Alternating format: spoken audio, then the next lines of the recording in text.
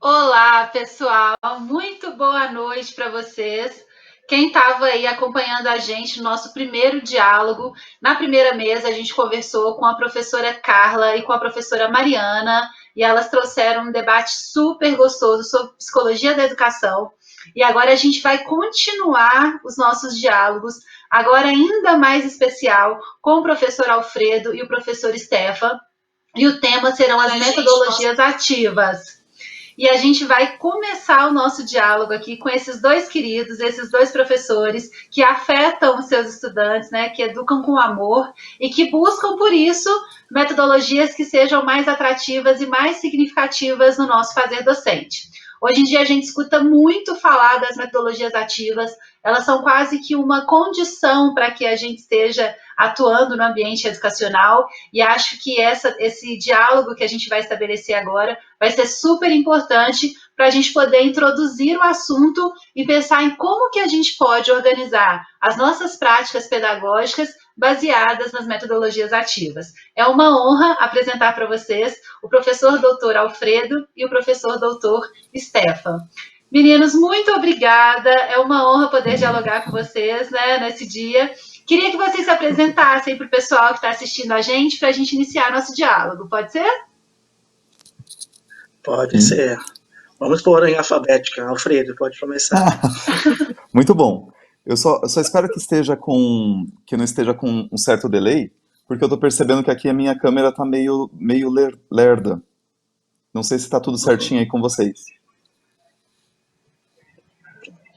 Tá tudo ok. Tá Tá tudo bem? começando a dar Então, um pouco ótimo. de... Sim, tá ok. Então é só pra. Porque às vezes a gente vai tentando adaptar aqui nesse mundo cheio de pandemia, né? Coronavírus, etc e tal, a gente Sim. tem que se ajustar aos vários desafios, né? Então, assim, é uma grande honra poder estar com vocês aqui hoje, essa noite. Eu consegui ouvir um pouco do painel anterior, então isso também é bastante gratificante. Eu sou enfermeiro de formação, e deixa eu só fechar aqui. Ah, meu Deus, até a Cortana que está querendo conversar comigo aqui, ó. Oh, meu Deus. Isso é Tá legal ativa. para a gente Metodologia ver ativa. Para que você ver, a a inteligência vida total. docente hoje é isso, gente, né? Nós, Sim. professores, a gente se transformou em habilidosos cuidadores de coisas tecnológicas o tempo inteiro. Então, é isso mesmo. Acredito Toda eu que as hora. pessoas que estão nos assistindo são professores, são professoras, e elas devem entender perfeitamente essas questões do cotidiano, né? Para a gente poder se organizar e a internet falha, e o computador que não liga, e o slide que não E o aparece. sinal. Então, e a gente se reinventa, né? Isso é o mais legal da nossa profissão. É como a gente é resiliente nessa ideia de superação, né? E da gente se reinventar. Então, eu vou deixar o Stefan se apresentar enquanto você se organiza Tá, aí, Alfredo. Pode ser? Stefan, maravilha. conta para nós quem é você, como que estão as coisas, qual a sua formação. Tudo bem. Então, boa noite, gente. Realmente muito bom estar aqui. Prazer estar com vocês participando desse painel. Como o professor Alfredo comentou rapidamente, o primeiro painel foi maravilhoso e espero que a gente consigamos realmente manter o padrão, o nível de excelência com relação à nossa conversa de metodologias ativas. Me apresentando rapidamente, meu nome é Stephen Hughes, professor doutorando ainda não sou doutor, chegando a completar meu doutorado, agora cursando em Linguística Aplicada pela PUC São Paulo, mestre em Linguística pelo FRJ e também me formei em Letras Português e Inglês pela mesma faculdade, o FRJ. E além disso, também especializações na área de educação à distância, educação cognitiva, coaching e outras áreas ligadas ao ensino. São mais ou menos 24 anos de magistério, trabalhando tanto no ensino superior, ensino médio, tanto escolas públicas e escolas particulares. Que delícia, é Ah, uma muito honra bom. ter você aqui, vê, Stefan? Alfredo, Sim. se organizou, se apresente, por favor. Eu, Eu fico muito feliz de poder, né, contribuir com vocês hoje. Eu sou enfermeiro de formação. O meu mestrado e meu doutorado foi na área de formação de pessoas, de recursos humanos, para pensar realmente assim projetos que consigam trazer uma questão que você comentou no painel anterior, Val, da praxis, né? De você trabalhar uma noção de diálogo, de participação, construção conjunta aí do conhecimento, né, para que as pessoas possam realmente ter uma aprendizagem com significado, que seja pensado para a prática, né? Então, tanto o meu mestrado quanto o meu doutorado foi na área de formação de recursos humanos, e a minha especialização de 2019 foi em educação e tecnologias.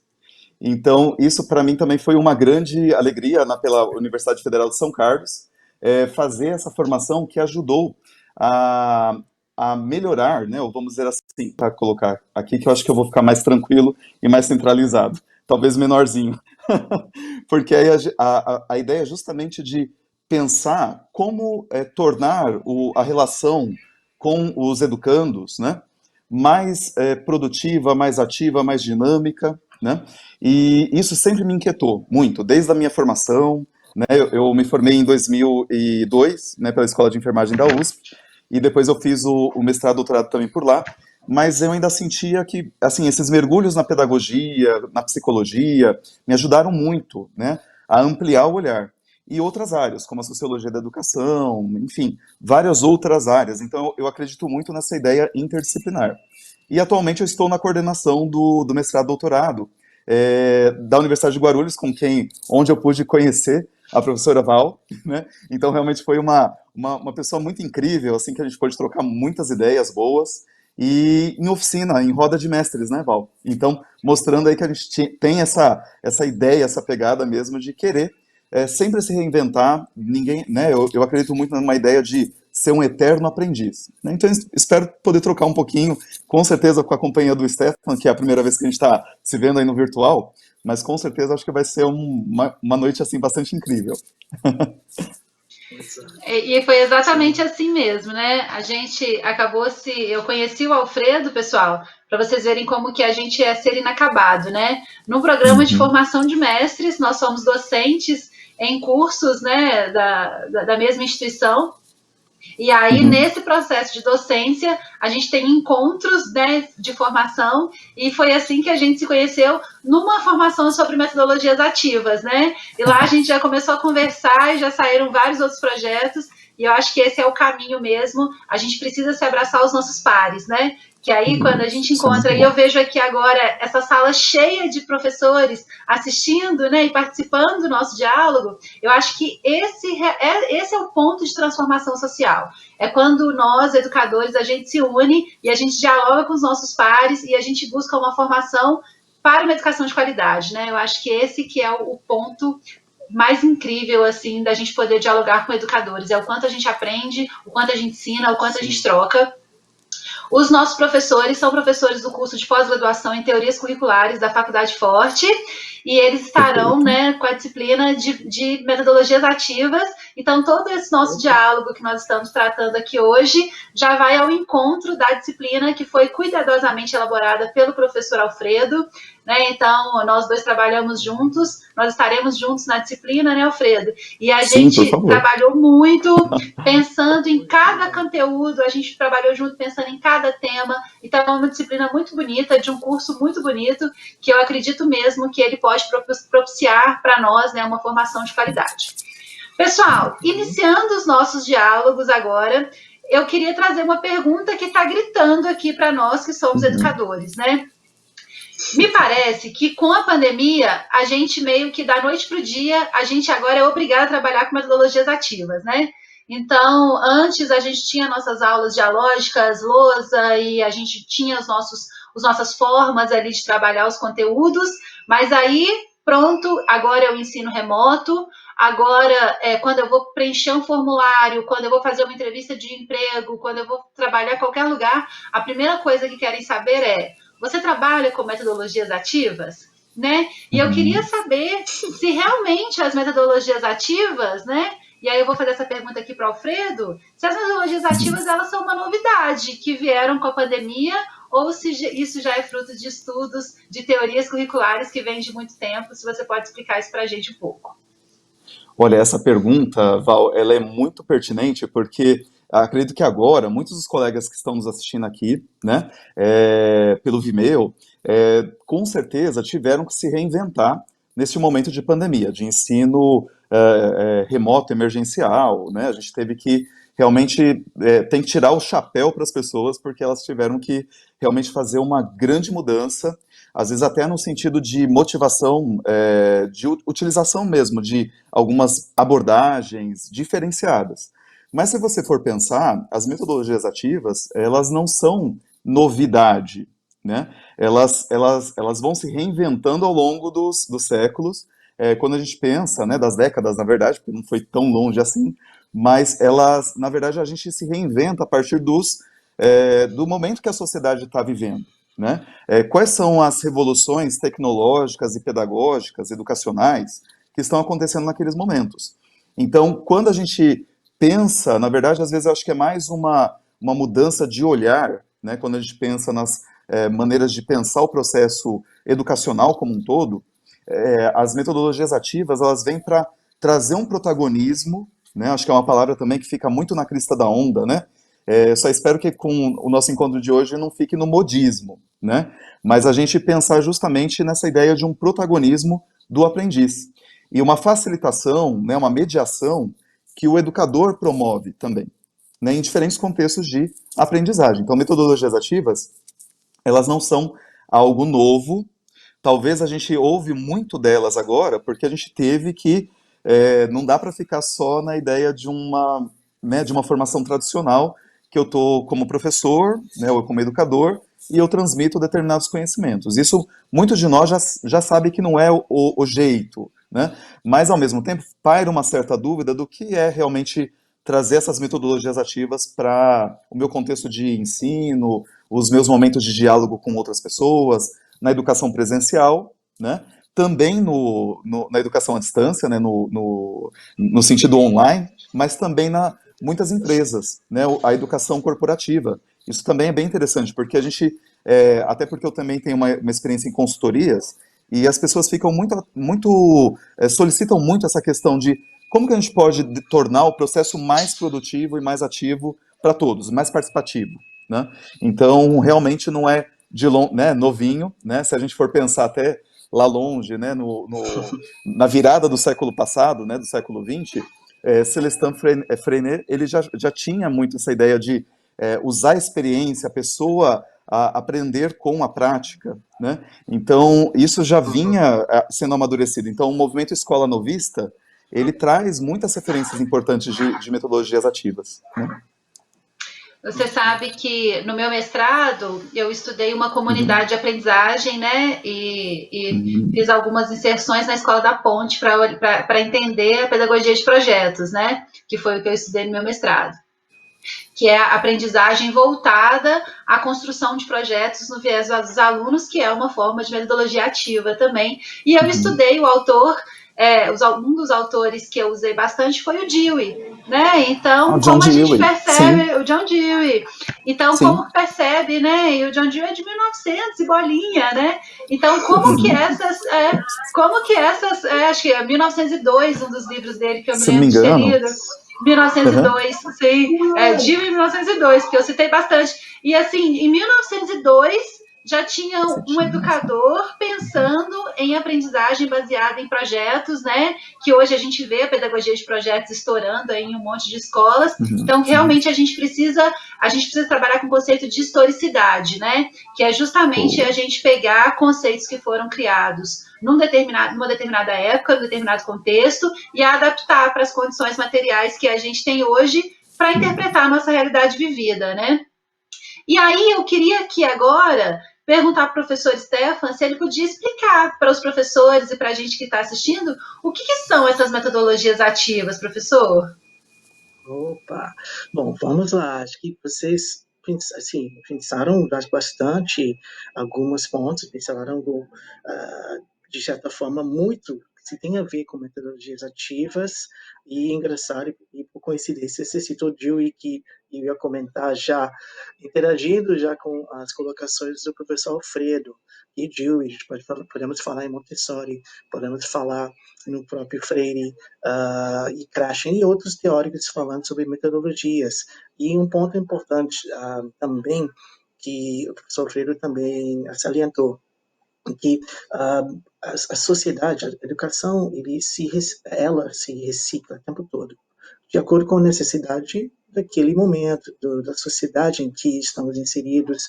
E pensando numa educação mais tradicional, a necessidade era formar, no caso, indivíduos que poderiam, de caso, executar tarefas já estabelecidas.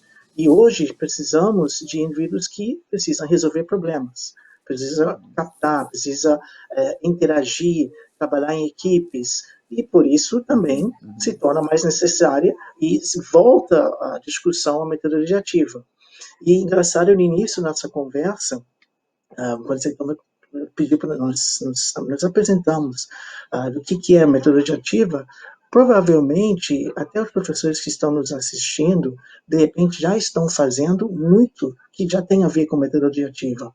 Uma vez que a gente coloca o aluno no centro da educação, a gente coloca no centro do que é acontecendo em sala de aula, em vez de eu tenho que ensinar o conteúdo, não, tem que ensinar o aluno, né, a frase que a gente usa muito em inglês, né, de ensinar o aluno, não o conteúdo. Então, isso já propicia a ideia de metodologia ativa. Então, tem a ver com o uso de aprendizagem baseada em projetos, de repente, a construção de pensamento crítico, de você trabalhar, vamos dizer assim, seres, a fazeres, onde o aluno precisa refletir em ação e sobre sua própria ação, a prática exploratória, onde o aluno tem parte no processo da tomada de decisão que se passa dentro da sala de aula.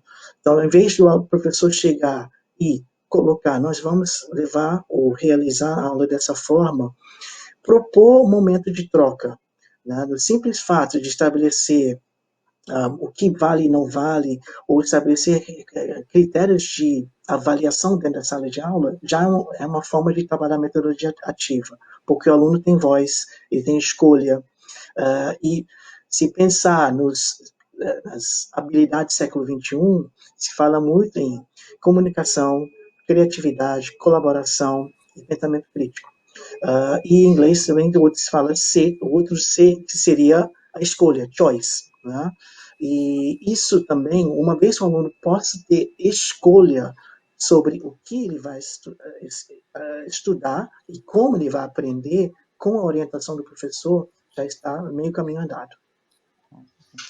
Muito bom. E eu gosto sempre de frisar que quando a gente diz que o nosso aluno ele vai ter escolhas no processo metodológico, no processo pedagógico, a gente não está advogando por um faça o que você quiser, né? A gente está advogando por uma educação que prime pela democracia.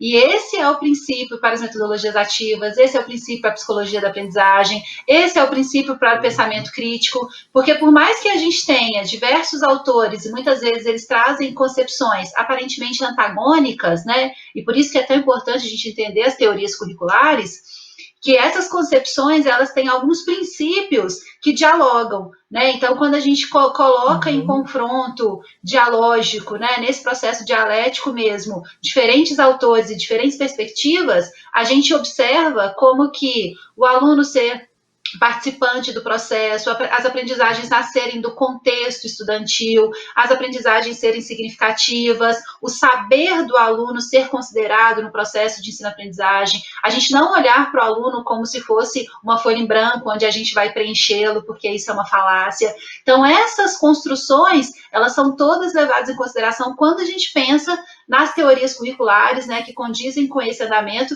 e nas metodologias ativas, né?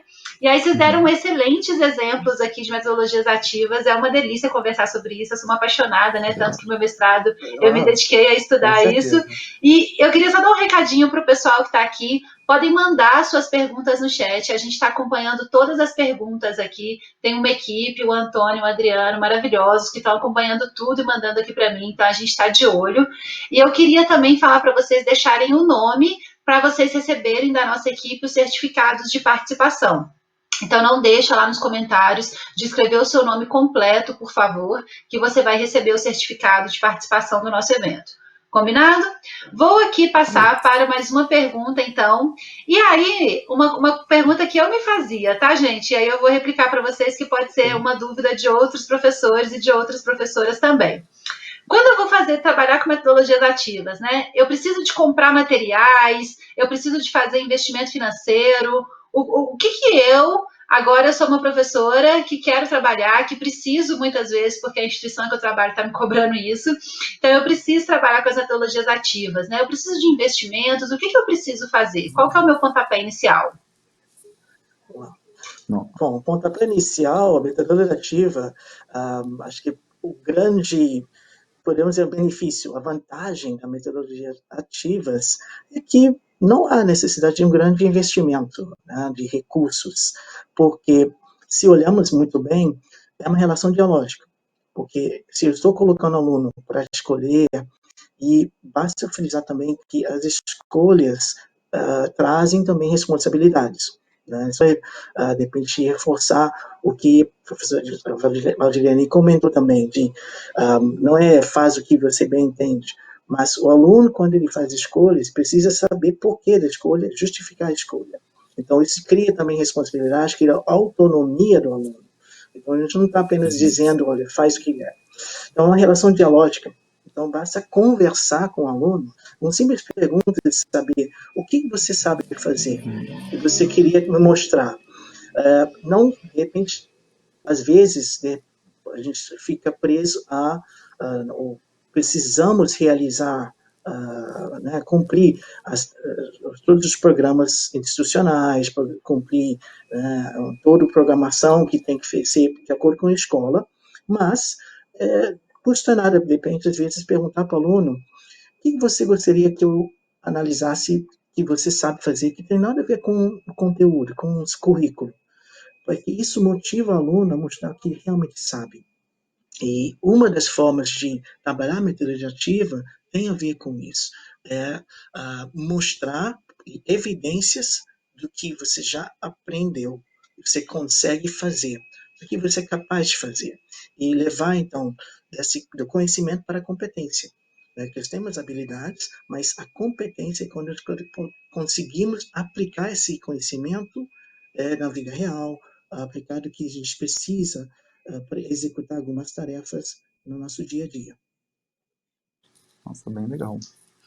E eu acho que para complementar, Val e Stefan, né, essa fala sua ela é muito, muito interessante porque acho que cai por terra aquele mito de que assim, não, metodologia ativa é muito caro, não dá para investir, não dá para fazer. Então, acho que esse é um bom, né, um bom jeito da gente ponderar, né? Existem todas as formas, né, de aprender e ensinar, elas têm o seu lado bom, o seu lado, né, não tão potente, né? Então seus limites e suas potências. Então é legal a gente poder realmente fazer essa articulação. Agora mostrar justamente que boas perguntas, ajudar, né, o aprendiz, né, o professor ali naquele momento, o educador, enfim, as terminologias também variam de acordo com a visão de mundo, né, as teorias que estão ali por trás. Mas é justamente pensando nessa questão de vamos fazer perguntas, vamos problematizar a realidade, vamos buscar soluções. Então, quando você para fazer essa mudança de postura, né, o docente assume essa mudança de postura, muitas vezes ele não vai ter um gasto enorme, especialmente financeiro. Talvez um gasto de energia, porque a gente costuma dizer que as metodologias ativas, elas realmente elas mobilizam muito mais do que o ensino formal, né? Assim, a questão da pedagogia tradicional, né? Então, que é uma ótima, né? A gente foi muito bem formado nela e não é no sentido de falar, não, a sala de aula tradicional não presta, longe disso, né?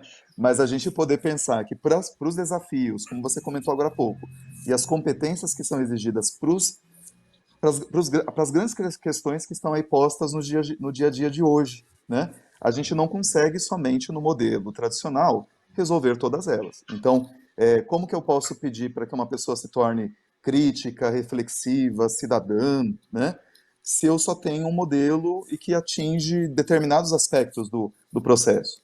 Então, é legal quando a gente pensa que boas perguntas, né, até lá nos filósofos gregos, né, quando eles falam da maiêutica, né, o partejar ideias, né, a lógica socrática, por exemplo, ela já faz uma mobilização, né? A gente faz com que o aluno também se coloque mais, aquilo que a Val falou, saia daquela postura mais passiva, de que eu vou receber, receber, mas que ao mesmo tempo também ele esteja nessa dialética, nesse diálogo conosco, né? Então, problematização e perguntação, acho que é uma boa, já um bom começo, né? Para a gente poder investir também Exato. nesse sentido da mudança, né?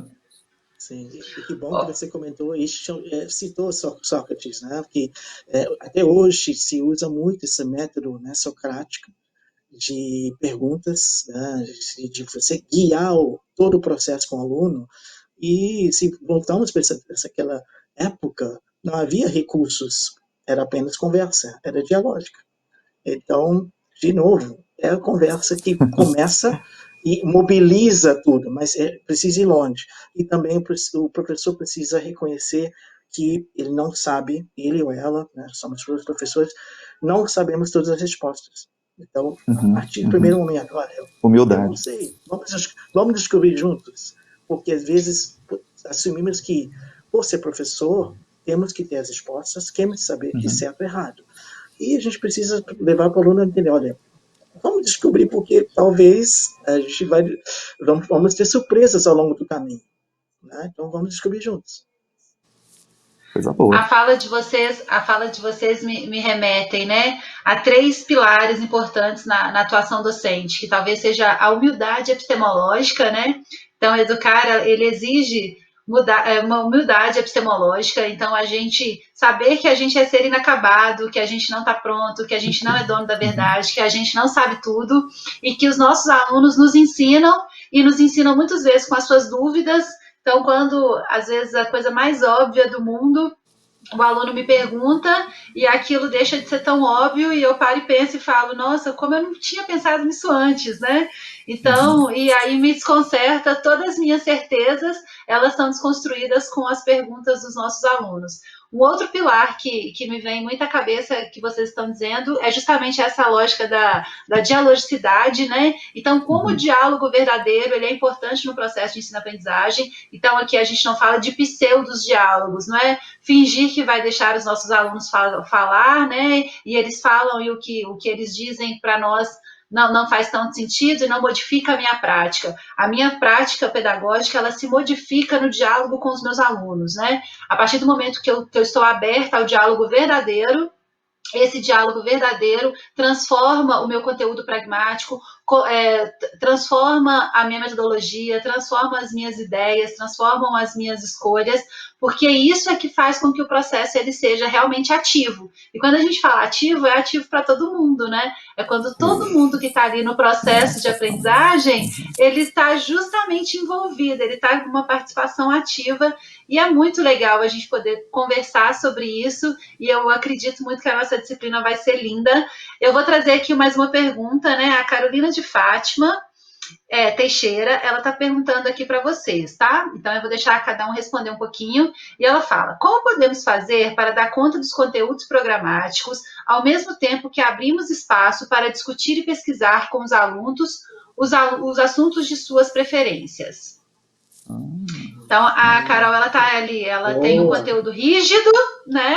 A Carolina de Uhum. Fátima, muito obrigada, porque isso também é uma angústia que nós, enquanto docentes, né? Nós temos um conteúdo ali, um programa a cumprir, mas a gente também quer saber o que os nossos alunos têm de preferências e interesses e como conciliar. Bom. Uhum.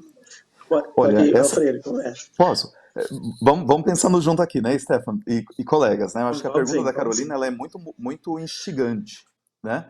Porque na verdade a gente vê que cada lugar, né, Carolina, a gente tem já querendo ficar íntimo, cada lugar tem o seu jeito de funcionar, né? Então, acho que uma primeira boa dica é conhecer assim, em que instituição eu estou, quais são os meus pares, quem é meu público-alvo, né? Quem são esses alunos que estarão comigo, e se existe esse possível movimento de, acho que como o Stefan, se eu não me engano, acho que falou agora há pouquinho, né? Sair um pouco dessa lógica de só o conteúdo imperando, né? No sentido de, claro, a gente não está fazendo apologia de falar que, então não ensina nada, né? É como eu tinha uma professora que, a minha orientadora falava isso, né? Pode tudo, mas não pode qualquer coisa, né? Então a gente também tem que ter essa noção de que a gente tem um dever, né? A gente tem um posicionamento ético também. Não é só no sentido da construção do conhecimento, ou mesmo da transferência de algum conhecimento, né? Então, acho que conhecer esses detalhes vão ajudar você a saber se você vai ter mais maleabilidade, mais flexibilidade de, sim, conseguir conversar ou dialogar, ou se é algo muito mais imposto. Porque eu tenho vários colegas de várias instituições de ensino, né? Nas diferentes modalidades também, que muitas vezes elas se sentem um pouco mais engessadas, né?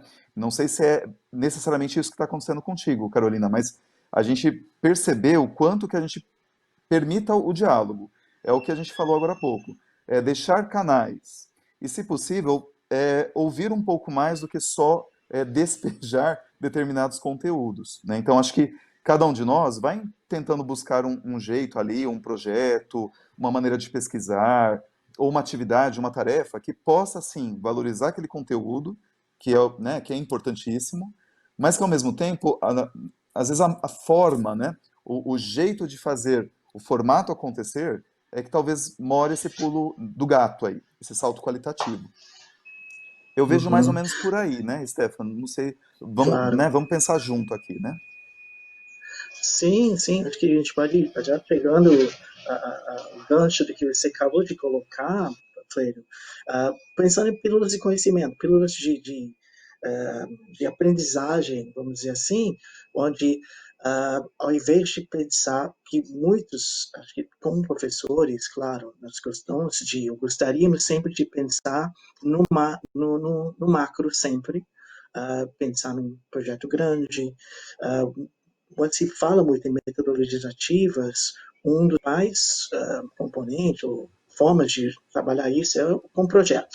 Então, o projeto precisa ser, de repente, 2 meses, 3 meses ou mais, mas pensando, de repente, uma tarefa simples, uma pergunta que você pode deixar ao longo do período, e pedir para o aluno, ao completar uma atividade, fazer outras perguntas. Um exemplo bem simples que eu posso dar até um exemplo meu que usei recentemente. Estamos discutindo a história americana durante uma aula sobre história mundial, história americana, e precisava assistir um vídeo, depois realizar as tarefas.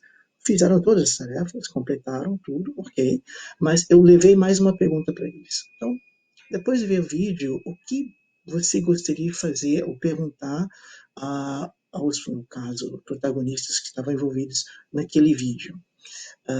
E as perguntas saíram diversas, de acordo com o olhar de cada aluno. Então, nesse momento, Uhum. você consegue ver o que o aluno está vendo. Não só eu não estou querendo mostrar para ele, olha, vê isso aqui, veja somente o que eu quero mostrar para você. Mas o que você enxerga desse mundo que nós estamos olhando? Então, eu estou incentivando o olhar dele dessa forma, tá? Dando essa oportunidade de ele dizer também, poxa, mas como que era isso naquele momento? Tá? Então, isso não requer, de novo, muito tempo e pode ser integrado ao que você já faz dentro do seu currículo, dentro dos programas que você precisa cumprir com seus alunos. Muito bom. E trabalhar com metodologias ativas, né, não significa trabalhar somente com conteúdos de preferências dos alunos, né?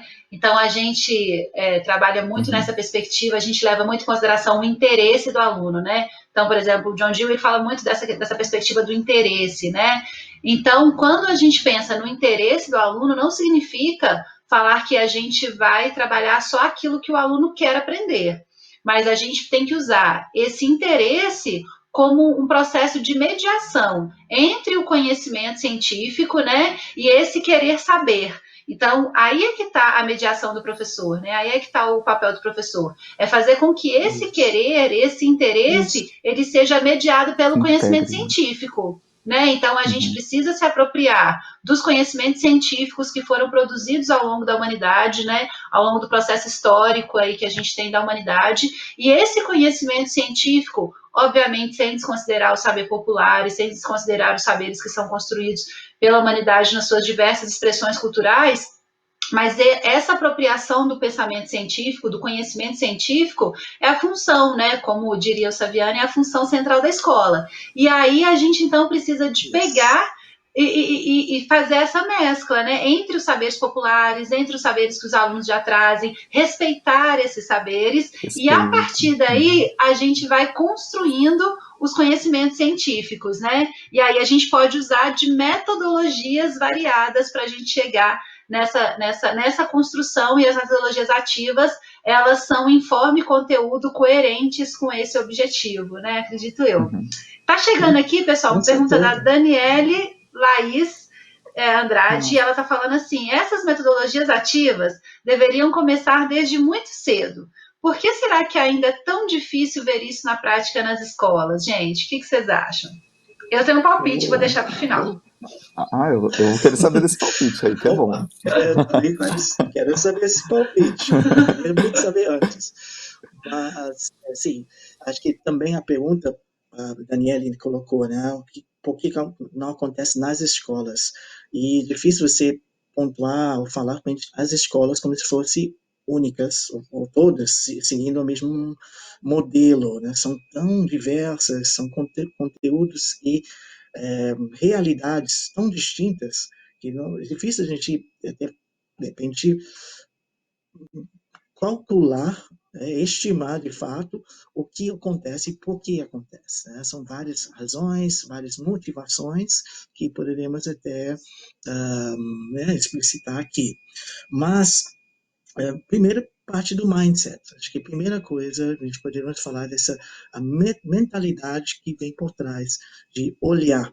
Quando eu falei também que provavelmente professores já fazem o uso das metodologias sem saber, porque se temos sempre a questão de perguntar, de questionar nossa própria ação e nossa própria prática, quando fazemos isso como professores, como educadores, e abrir espaço para o aluno também fazer, isso já mostra que nós estamos no caminho certo. E nem sempre, por necessidade, as escolas podem ou não aderir a isso. Como a gente pode correr risco de ter um pseudo-diálogo. Olha, vamos ouvir você, sua voz é importante, sua opinião é importante, desde que não transgrida, não passe do que nós colocamos como certo. Isso é o que acontece quando o risco nós temos que saber correr, né, de colocar a oportunidade para o aluno se opor, de ter opiniões diferentes e ouvir essa opinião, mesmo que não agrade de imediato, mas baseado em não só opiniões, mas informações, saber se colocar. Então, esse momento a gente ensinar o aluno a se colocar de forma baseada em são fatos, baseados em argumentos lógicos, sequenciando o seu pensamento de forma que não fique apenas no achismo. Ah, eu acho isso porque tem isso. Não, mas por que você acha isso? Baseado em quê? Se você está me dizendo, e a gente pensa nisso também em todas as formas. Voltando à questão de como fazer isso na sala, vamos pensar em avaliação. A avaliação é sempre uma discussão. São avaliações sumativas e formativas.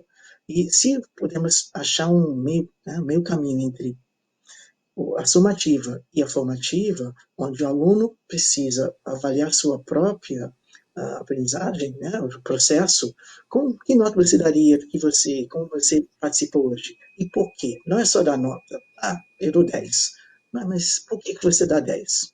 Baseado em quê? Então, estabelecer os critérios, estabelecer modos e comportamentos esperados de todos, porque nossos alunos sabem, eles sabem o que é esperado. se perguntamos, você sabe quais são as regras, o que você precisa fazer em relação a comportamento, em relação a desempenho, mas a gente precisa lembrar. Então, de novo, a responsabilidade pedagógica que nós precisamos exercer sempre. Então, acho que falar que porque não acontece nas escolas, é difícil você realmente colocar isso de forma muito ampla. Não acontece. Talvez aconteça. Não de forma institucional, né? Não, de repente vem de cima para baixo, quando ele fala top-down. E muitas vezes, quando é de cima para baixo, ele perde um pouco o impacto. Mas se ele vem do professor, sala de aula, por fora, melhor ainda. Não precisa ter esse espaço onde o professor possa fazer isso de forma sistemática. Uhum. Acho que complementando, né, um pouco antes do palpite de Val, que eu estou aqui ansioso e curioso, né, acho que a curiosidade também nos Desculpa. mobiliza muito, né, Daniele?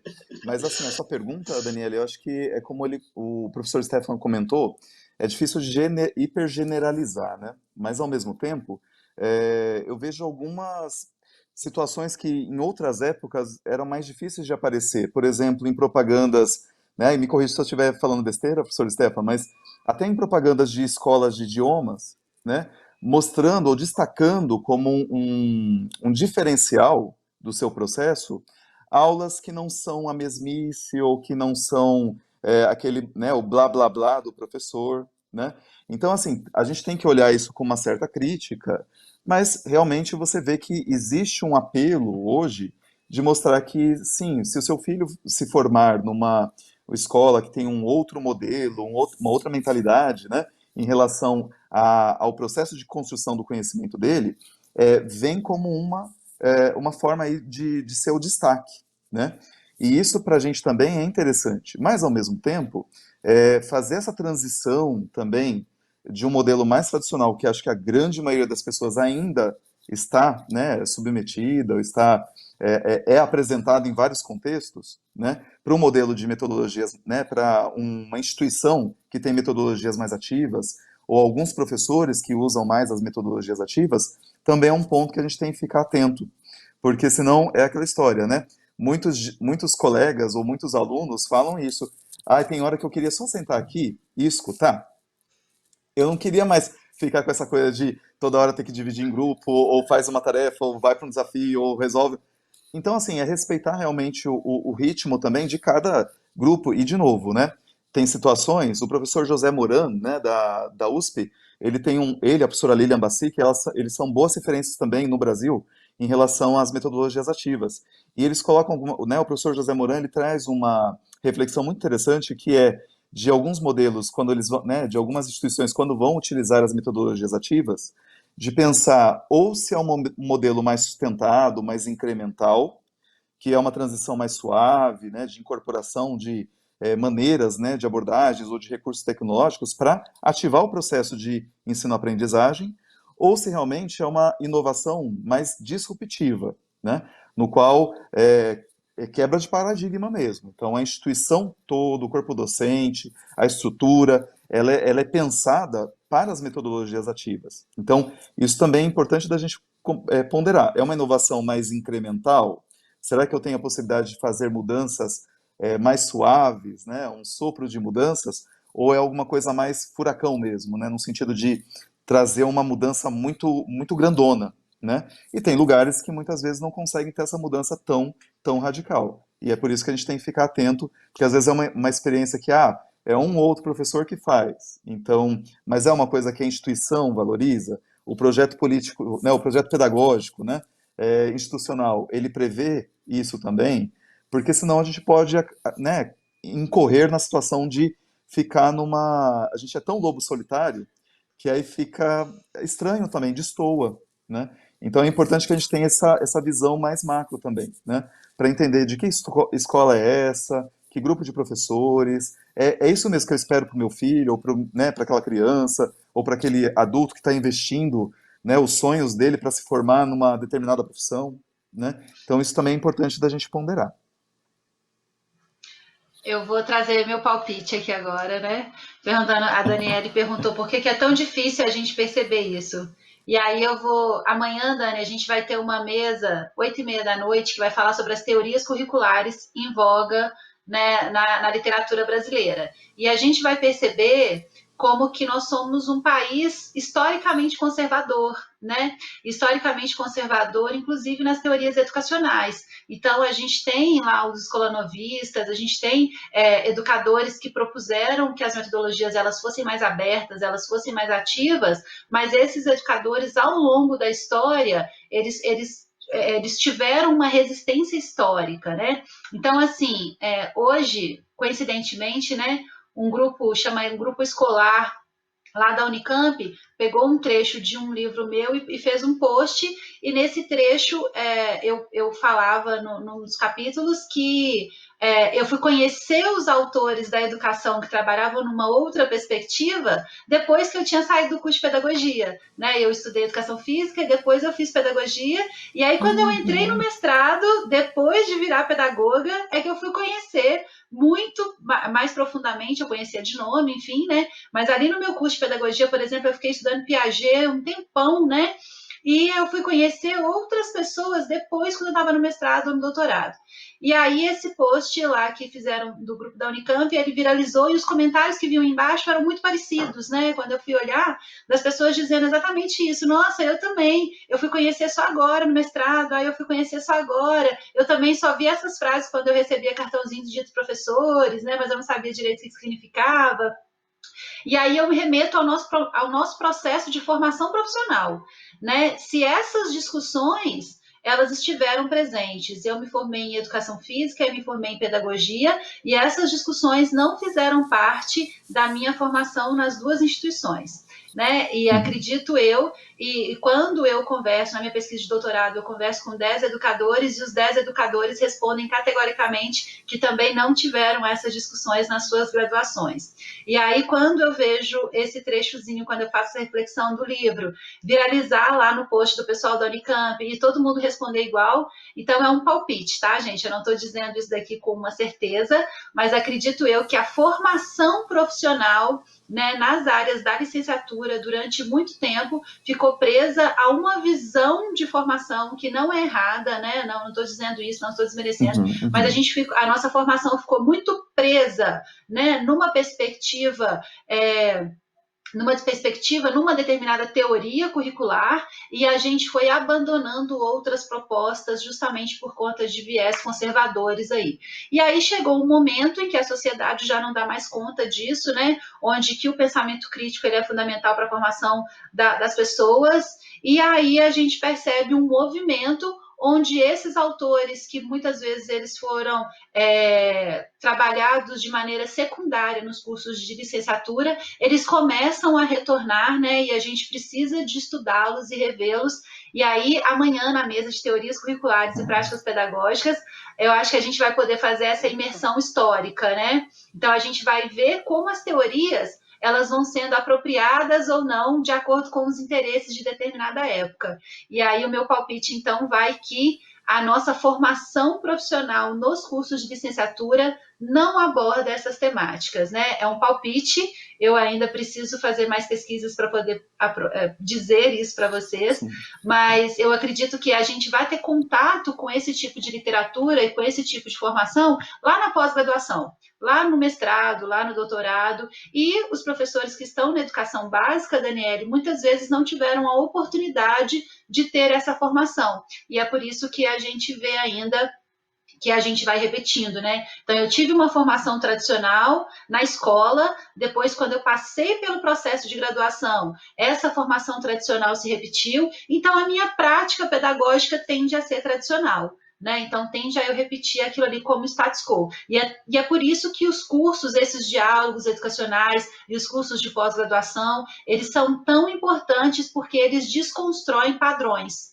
E aí a gente pode recriar uma nova escola e uma nova formação.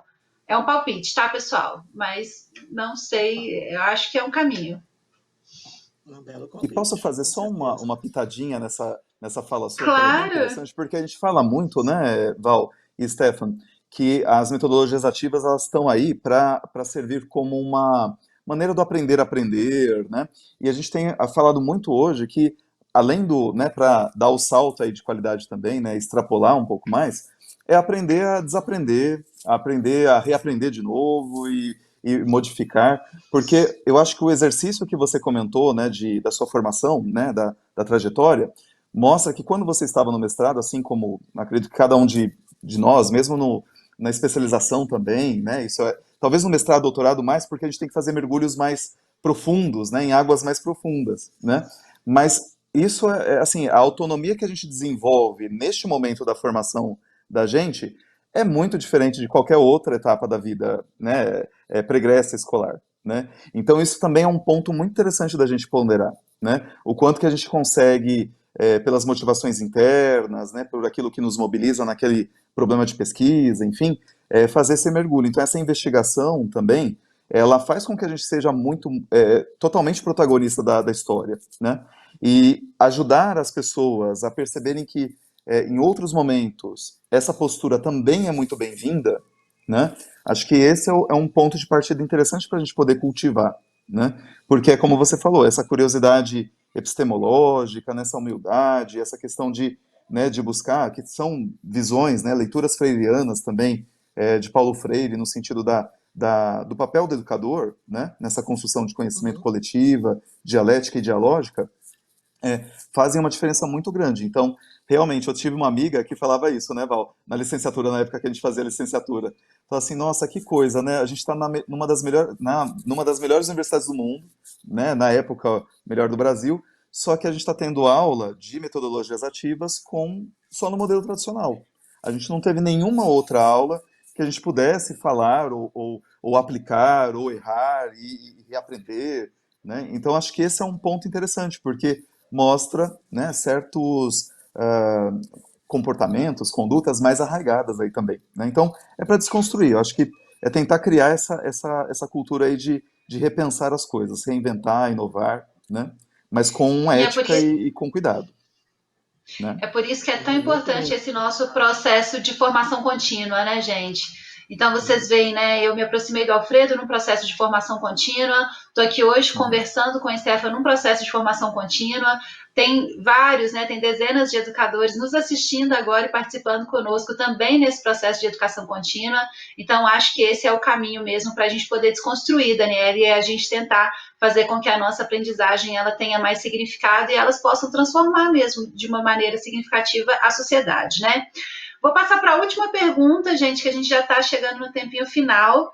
O José Tatiano da Silva, ele está falando assim, nesse período de pandemia, com aulas remotas, a sala de aula invertida, ela seria uma opção interessante para a gente trabalhar com metodologias ativas? Então, fala um pouquinho para a gente da sala de aula invertida, que acho que está bastante na moda, e o que significa isso? Sim, sim, bastante na moda, mas não é novidade, né? Acho que a gente pode repetir isso também, que pegando até a frase bíblica, né? Não há nada novo sob o sol. Então, a sala, pensando antigamente, precisava ler vários capítulos de um livro. Eu lembro até no tempo de faculdade, você precisava ler os capítulos antes de chegar em sala, para poder discutir, para poder problematizar e no caso, mergulhar nas discussões. Então, isso, de certa forma, é a sala de aula invertida, onde todo o conteúdo no caso, fornecido antes, estudos em formato de vídeos ou materiais para estudar, para ler, e a sala de aula é reservada para resolução de problemas, discussão, aprofundamento desses conhecimentos ou discussão de pontos onde ainda há certas, de repente, alguma dúvida entre os alunos. E também momentos de troca entre os próprios os alunos e o professor, tornando esse processo muito mais interacional. Então, basicamente essa aula de invertida. E sendo dando uma aula ensino remoto, muito mais prático, você enviar esse conteúdo antes para o aluno, ele assistir, ver os vídeos e tirar dúvidas na hora da aula, fazer atividades, discutir coisas a partir do que ele aprendeu, o que ele entendeu, enriquecendo muito mais esse momento de troca. né? Porque é esse momento onde todos vão trazer as suas impressões, buscando um pouco mais curiosidade, trazendo mais questionamentos para isso. Então, a sala de aula invertida é mais um, como a gente mencionou já, projetos. Podemos também falar de gamificação, podemos falar de aprendizagem baseada em problemas em si, né? Você tem um problema e pensar em como esse problema pode ser desenvolvido ao longo do processo, mas com certeza a invertida seria uma das formas. O ensino híbrido, uma vez que talvez ele já tenha possível retorno a algumas aulas presenciais e aulas online, a gente precisa estabelecer um esse equilíbrio ou mesclando tanto online como presencial. Então, são saídas muito interessantes nesse momento. Muito bom.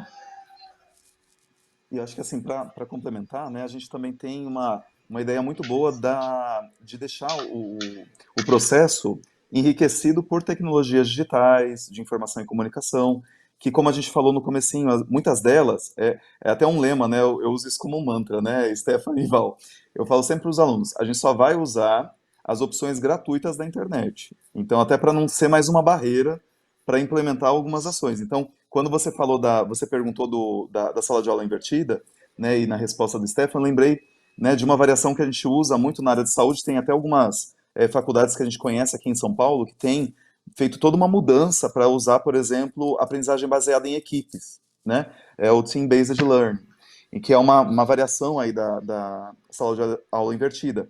E é interessante perceber que, assim, o quanto que, é como você falou, Stefan, coisas que a gente já vinha fazendo, então a gente só tenta inovar, né? Os pesquisadores de diferentes áreas vão inovando um pouco aí o processo, porque, na verdade, essa ideia de, mas nas rodas de mestre era muito comum. Mas mandar o aluno ler um artigo antes ou assistir um vídeo eu já fazia, né? É que, na verdade, a questão tá, e depois que você pede para ele fazer isso, como que ele vem para a sala de aula, né? Mas ele não assistiu, ele não viu, né? Então, será que a gente consegue fazer, então, grupos, uma troca entre as pessoas que assistiram e que não assistiram, para poder equilibrar um pouco, para a gente poder começar outras etapas, né? E aí usar, por exemplo, no Team-Based Learning, né, na aprendizagem baseada em equipes, provas individuais, num primeiro momento, né, avaliações. Aí, nesse caso, o pessoal é bem de múltipla escolha, pergunta simples, e que depois você vai ter essa mesmo instrumento de avaliação para fazer em grupo.